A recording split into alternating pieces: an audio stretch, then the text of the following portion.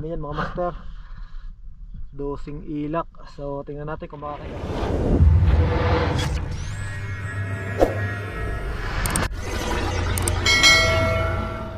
Yun, good morning mga master. At welcome back ulit sa ating munting vlog.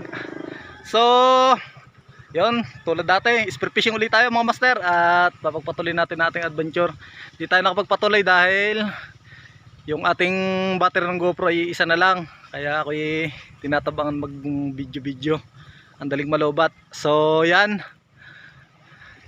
At aring aking bangka nga pala, flex ko muna. Yan mga master, ang aking bangka. So yan, nakapangalan yung ating channel. So shout out sa aking pinsan na nagpintura niyan. Salamat. So at saka sa pag-ayos namin sa rehistro ng bangka sa Mamburao yan. Shout out sa inyo mga taga DA at saka taga Maritime. Yan.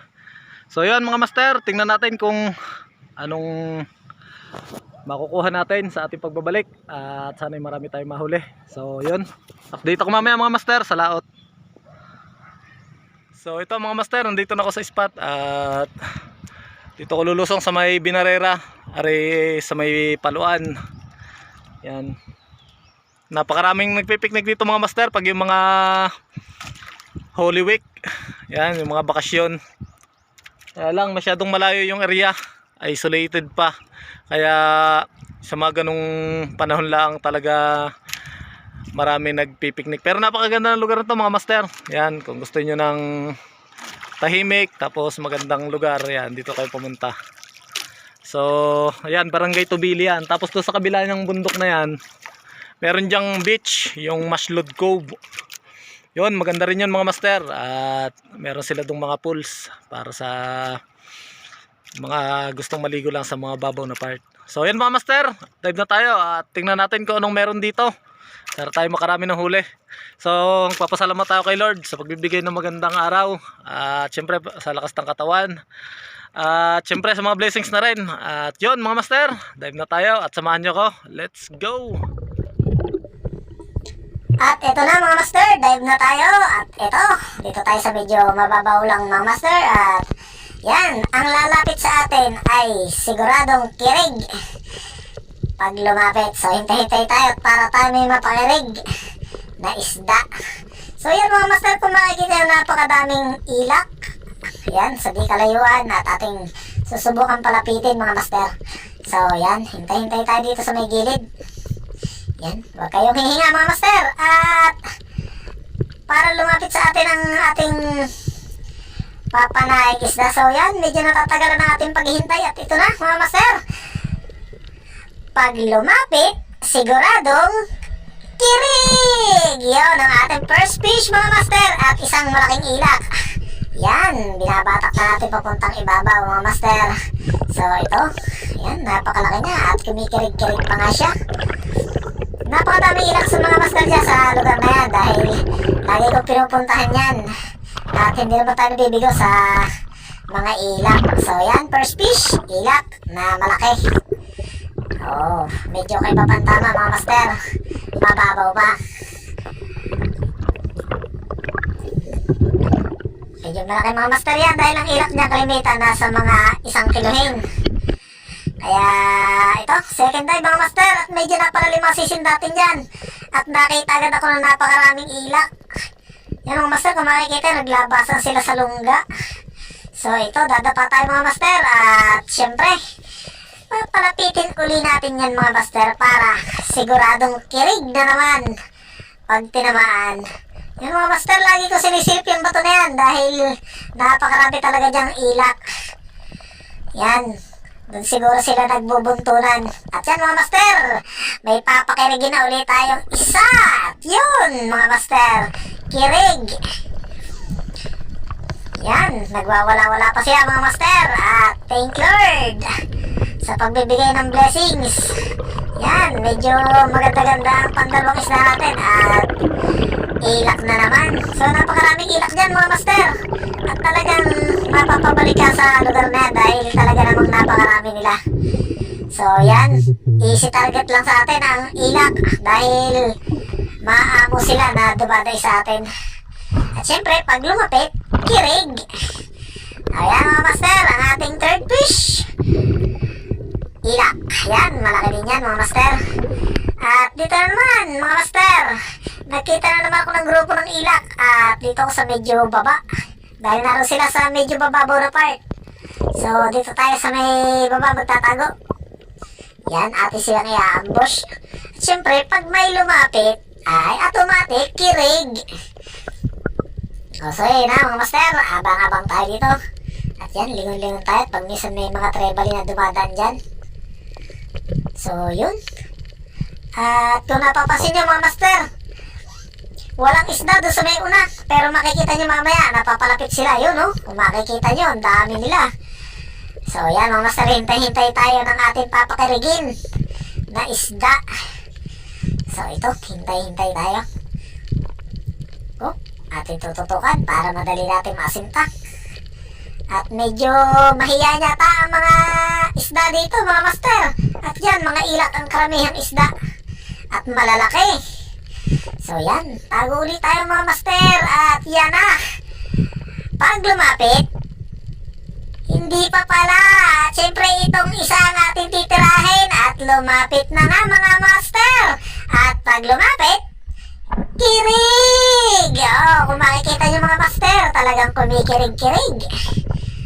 Ayan mga master, ang ating huling isda. Ilak na naman. Walang kasawang ilak mga master. At syempre, medyo mahal yan ang presyo dito sa amin. Kaya maganda ng target mga master yan para malaki din ang benta. So ayan mga master, ating pang-apat na isda. Malaki yan mga master, mahigit 1 kilo. Yan. So talagang binibigyan tayo ni Lord ng blessing. So ito mga master, dito sa part na ito, malabo dahil ano na siya, nararo na siya sa may sawang.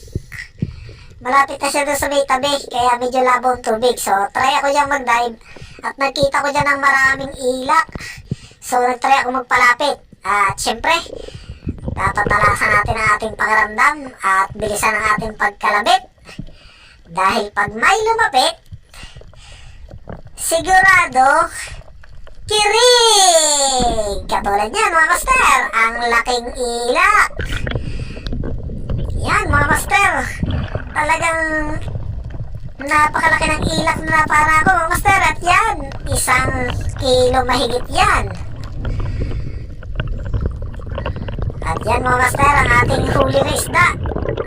Yan, kung mapapansin nyo mga master, napakalabo talaga ng part na yan. Yan, at medyo mababaw doon sa bandaron, pero mamaya tayo pupunta dyan. Dahil nakahuli tayo ng isang napakalaking ilak mga master. So ito, buwan na naman ang ilak. At yan,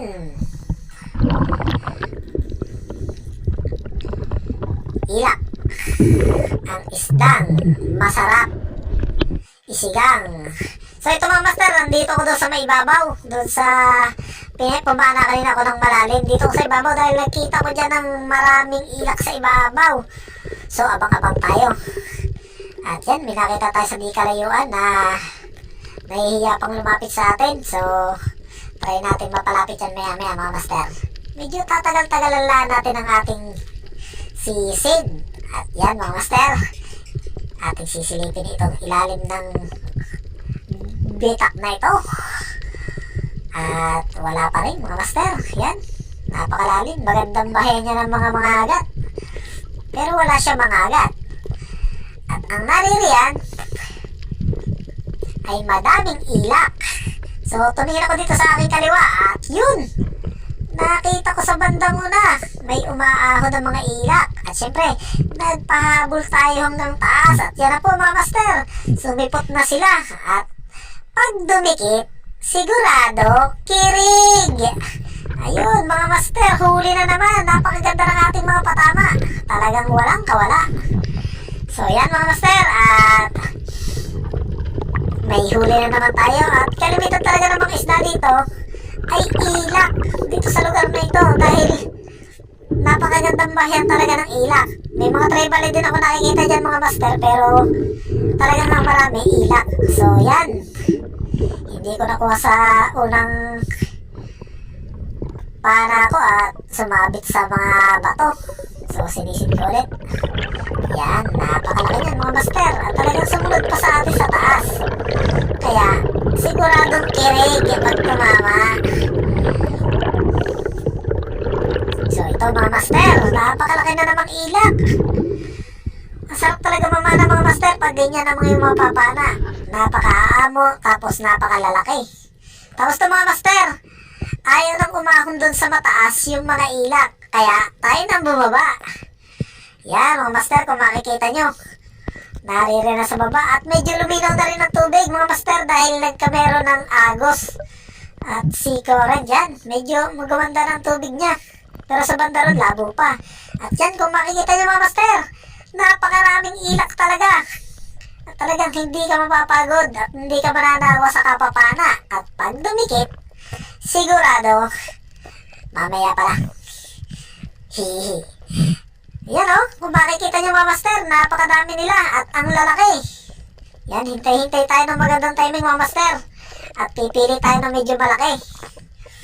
Yan. Oh, talagang ayaw lumapit ng medyo mahilab-hilab. So ito. Oh, at itong isa, mabilis na dumadating at dumikit ka. Siguradong kirig.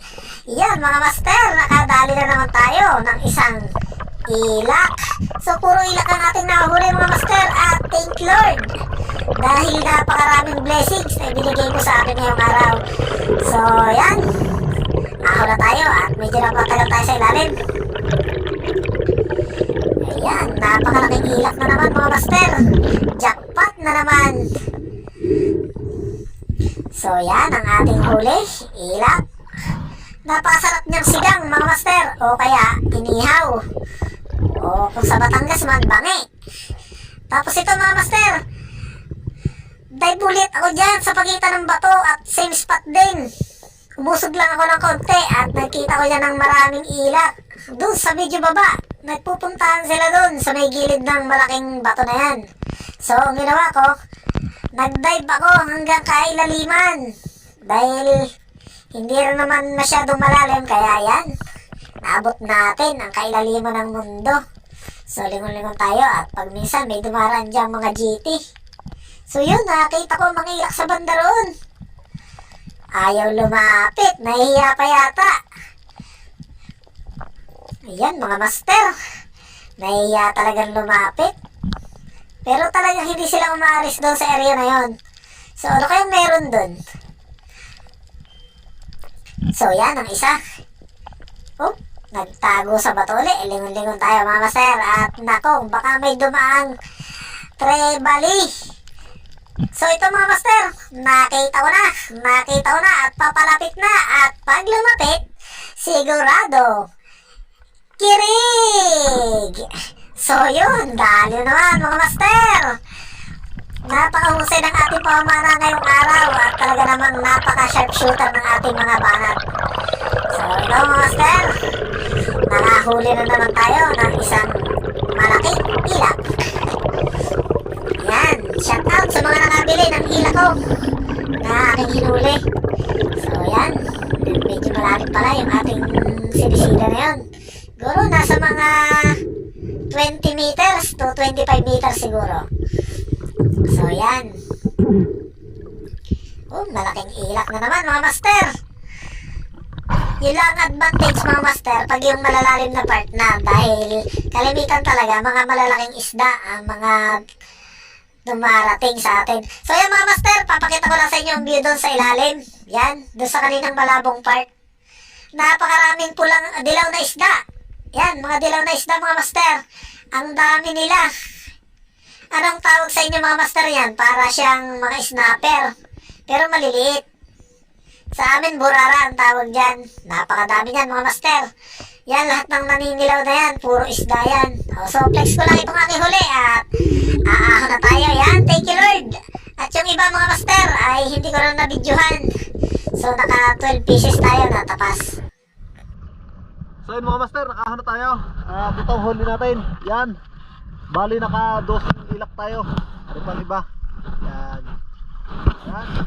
Yan. Loaded ngayon tayo sa blessings mga master. At medyo malalaki tong ilak na ito. Ang daming ilak. So nabigyan tayo ng biyaya. At syempre papasalamat tayo sa Panginoon sa bibigay ng blessings. Yun mga master, tayo uwi na at tanghali na. So titingnan natin kung makakailang kilo ito.